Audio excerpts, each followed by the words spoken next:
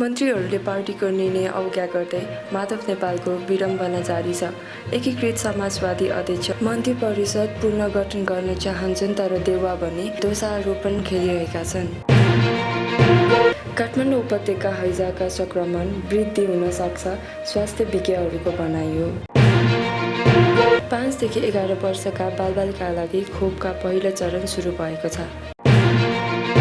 नेपालमा 49जना नयाँ कोभिड-19 को केसहरू रिपोर्ट गरिएको छ भने सक्रिय केसहरूको सङ्ख्या 163 छ। चीनले अमेरिकाको एसपीपीसँग अगाडि नबढेको नेपालको निर्णय प्रशंसा गरेको बताएको छ। क्षेत्रीय सुरक्षा र साझा समृद्धिको रक्षाको लागि नेपालसँग मिलेर काम गर्ने चीन तयार छ।